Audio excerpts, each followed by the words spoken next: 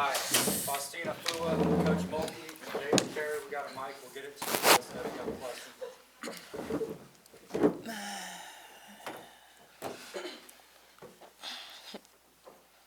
The first one's for Foss. I don't know if it's on. Is it on? Mic check one.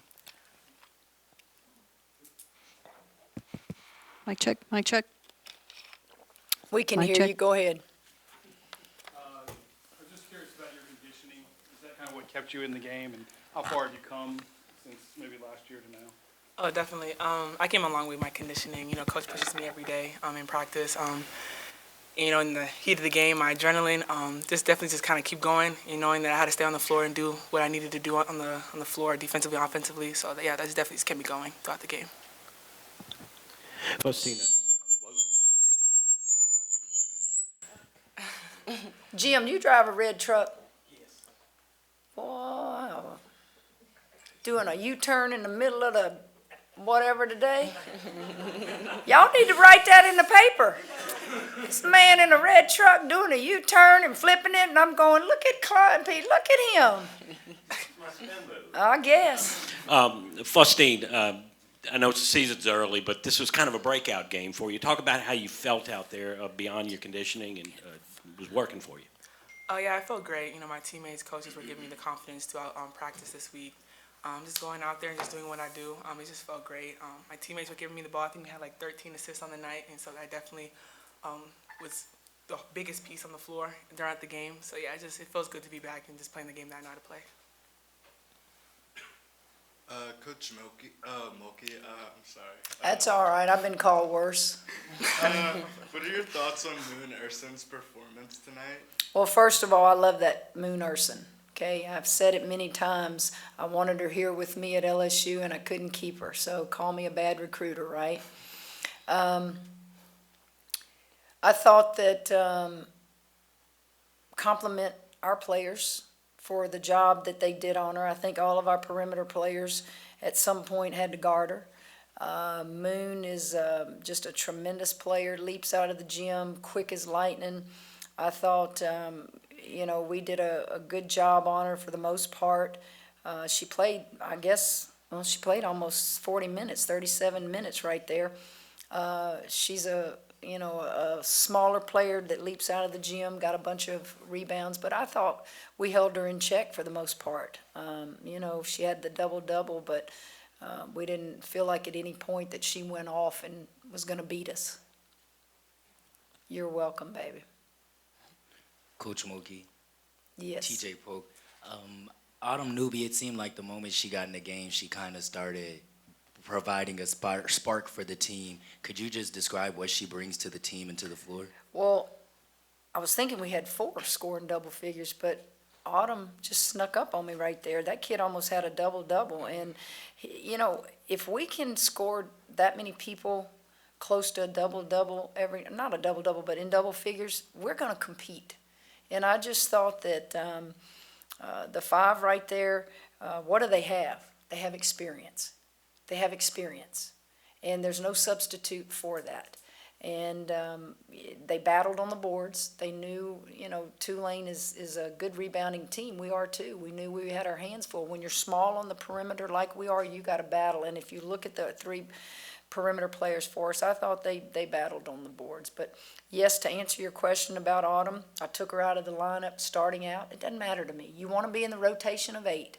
Doesn't matter who starts, just get your minutes in the middle of the game, and I thought she produced. Yeah, Kim, is that the first time y'all have been really pressed this year? I know you had the 17 we didn't point lead. handle. That's on me. We didn't handle it well.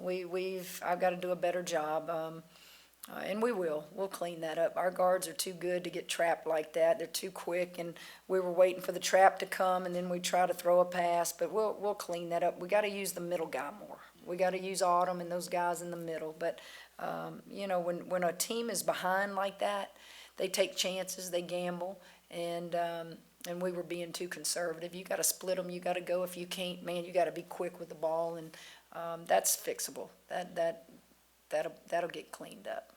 And for Jailin, do you see the improvement? Y'all looked really good tonight. You had like your second best shooting half of of the season. Do you feel like it's starting to happen a little bit? Yeah, I definitely think we're all gelling together and learning to, play off each other. Defensively, our intensity was there. Everybody's just on point. Our communication is a lot better. So, yes, I do.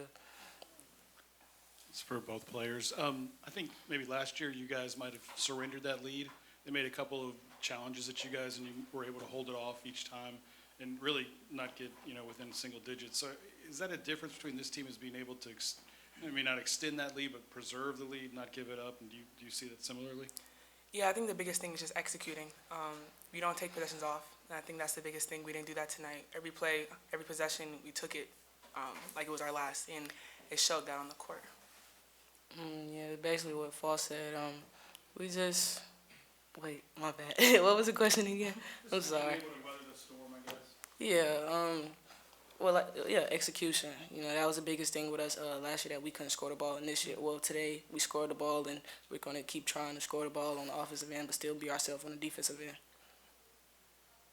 Coach Mulkey, Tulane finished with 43 rebounds, 21 of those rebounds being offensive rebounds. Do you have any special practice plans for your players, to limit those? No, we knew they would, but how many of those did they get late in the game? I bet you they got 5 or 6 there on one possession, it seemed like. So I thought we rebounded pretty good with them. I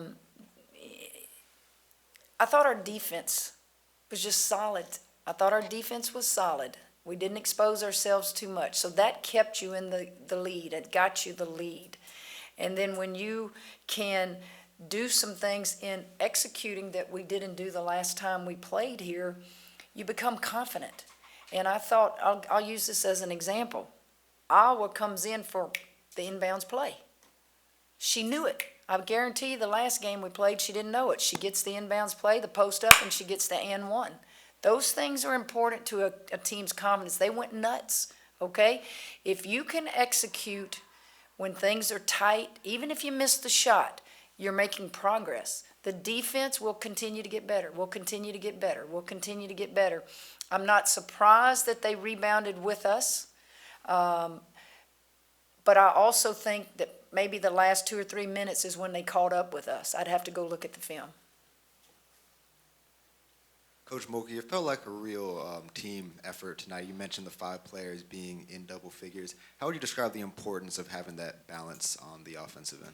Well, it's important. I don't care at what level you are in this game. If you've got 5 kids that are confident and shoot the basketball, and as we say, they like to spread the wealth, we'll take that. Sometimes that doesn't happen. Sometimes somebody's just having an off night. Well, they got to do other things. They got to defend for you. They got to rebound for you. Don't allow any individual to gauge how well they played just because of something they did on the offensive end. That's not always going to be the case in this game. So gauge them on consistency. Are they consistently guarding somebody? Are they consistently rebounding? When they stop shooting is when I'll take them out. You stop shooting and you lose confidence, come sit by me. Keep shooting it. If it's a good shot, I'll let them know when it's a bad shot. Time for one more question, Scott. Okay, it's a good one to finish on because I'm going to be a little silly. But a real-time RPI had them as number 25 in their RPI. I know it's early in the season, but is this a ranked win you're going to celebrate? But on a more serious note, this is probably your best win of the season so far. What do you think? I think based upon who they have beaten, based upon where they projected to finish in their league, based upon the fact that they've got 5 kids on that floor that have a lot of experience. So yes, we just beat a very good team, and we're going to celebrate it, but we're not going to just go crazy over it. We're trying to get to that 10th win. When we get to that 10th win, then we'll come in here and y'all need to put that in the headlines, okay? 10 wins, that's one more than they won all of last year. You think we won't celebrate? I don't know if LSU will let us do the champagne, and they all underage in there, and I don't drink, so that's going to look terrible, isn't it? But we're going to celebrate that, Scott. What we will talk about is, we got a long day tomorrow. We'll talk about, okay, what happened on that possession right there? When you got trapped and I just called a timeout and I told you what we wanted to run and you quickly threw it. Those are things that you teach. So that's what we're doing right now, is just teaching little things, what we can do better. So we're celebrating a win, and we are very respectful of how good Tulane is. Kim, before you go, would you talk about going to Puerto Rico and what you anticipate seeing there and what you want to get done? Well, I'm gonna see the back of my eyelids for a few hours, because we're gonna get up really early at 6 o'clock in the morning. I think we go to New Orleans. From New Orleans, we go to Orlando, and then straight into Puerto Rico. I want them to understand it's a business trip first. But we're gonna go and we're gonna have fun. I bet you, how many, was it 3/4 of the players have not been there, right? They've never been there. So why go there and not let them go put their bikinis on and go enjoy the waves and go do whatever, they want to do? But they need to make sure that they understand we want to go there and win 2 basketball games. And back to back. We don't have a day in between, so we've got to do a quick turnaround there. Is that something you scheduled?